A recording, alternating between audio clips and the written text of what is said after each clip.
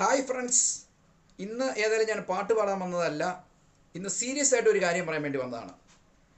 നമ്മുടെ എറണാകുളത്തെ സുമേഷ്, തിരുശ്ശൂരിലെ രാജേഷ്, നമ്മുടെ ഇടുക്കി ജില്ലയിലെ രാജേന്ദ്രൻ, ഇവർ മൂന്ന് പേരും എന്നോടൊരു പരാതി പറഞ്ഞു.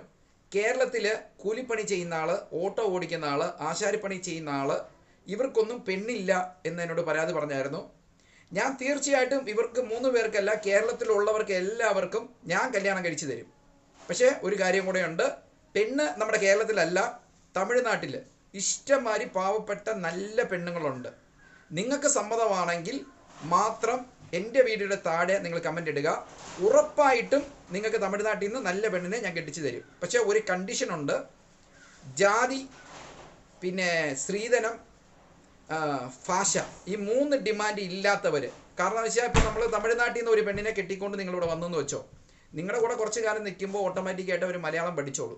പിന്നെ നിങ്ങൾ ഭാര്യയെ അങ്ങോട്ട് വിളിച്ചുകൊണ്ട് പോകുമ്പോൾ അയ്യോ ഇച്ചിരി തമിഴൊക്കെ ചൊവ്വ വരുന്നുണ്ട് എന്നുള്ള പരാതി ഇല്ലാത്തവരാണെങ്കിൽ ഉറപ്പായിട്ട് എൻ്റെ വീഡിയോയുടെ താഴെ കമൻ്റ് ഇടുക.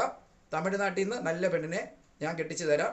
പിന്നെ എനിക്ക് പറയാനുള്ളത്, ഇപ്പോൾ തമിഴ്നാട്ടിലാണെങ്കിലും കേരളത്തിലാണെങ്കിലും ഇന്ത്യ എൻ്റെ രാജ്യമാണ്. ഇന്ത്യയിൽ ജീവിക്കുന്നവരെല്ലാം എൻ്റെ സഹോദരി സഹോദരന്മാരാണ്. അതുകൊണ്ട് കെട്ടിക്കൊണ്ട് വരുന്ന പെണ്ണ് എൻ്റെ സഹോദരിക്ക് എന്തെങ്കിലും ബുദ്ധിമുട്ടോ പ്രയാസങ്ങളോ ഉണ്ടാകാതെ നിങ്ങൾ നോക്കും എന്ന് ഉറപ്പുള്ളവർ മാത്രം കമൻ്റ് ഇടുക. ഞാൻ നിങ്ങൾക്ക് തമിഴ്നാട്ടിൽ നല്ല പെണ്ണിനെ കെട്ടിച്ചു തരാം. കേരളത്തിലെ പെണ്ണുങ്ങളെല്ലാം ഒരു പാഠം പഠിക്കട്ടെ.